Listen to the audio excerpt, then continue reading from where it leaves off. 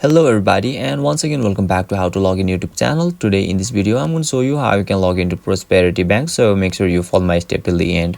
First of all, you need to search for Prosperity Bank login in Google. Now right after that you'll be able to see a link at top on screen where you need to click on it, and you'll be redirected to official page of Prosperity Bank where you can see login option at top left corner on screen.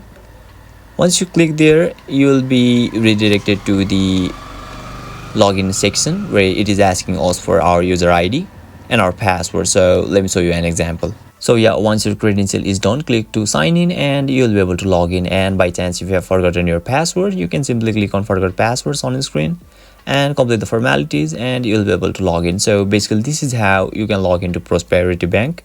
And if you still encounter any issue during the login process, feel free to leave a comment and I'll be happy to assist you. If you found this video helpful, please give it a thumbs up. And if you are new to this channel, make sure to hit the subscribe button and set the bell icon to on so that you can stay updated with our latest content. Thank you for watching and I'll see you next time.